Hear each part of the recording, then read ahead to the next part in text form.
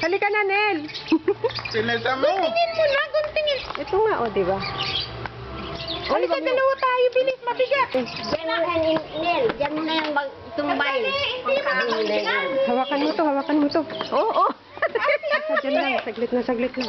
Oo na, nagagalit na yung kapatid. Hawakan mo, ha? Oo, okay. Dadala yung ilan na yan doon sa... Hawak, ha? Nel, ano? Oh. Halika rin po, pinisan. Teka lang. Yung naawakan yung ano mo na yun, sa din yung babagsak. Ang naawakan man yung dyan yung Nel. Oo. Ako din tutupang gagawin ko na. Oo. Tataga kapag...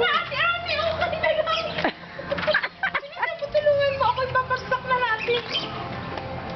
Ikaw dyan, kapababa ka. Mapuputol din yan kasi bulok na yan eh. Yan na nga. Kasi sabi ko Ay, ito teka muna. lang, yung wire. Maghintay kasi. Hindi Ito kasi yung sabi ko meron ito muna pinapaalis ko. Saan Natatakot ka ako sa ibang nagpaano rin? patatang ko. Ako sa ganyan ko nawala. Ayun. Bilis ang bigat. Nawala sa ganito ko niya.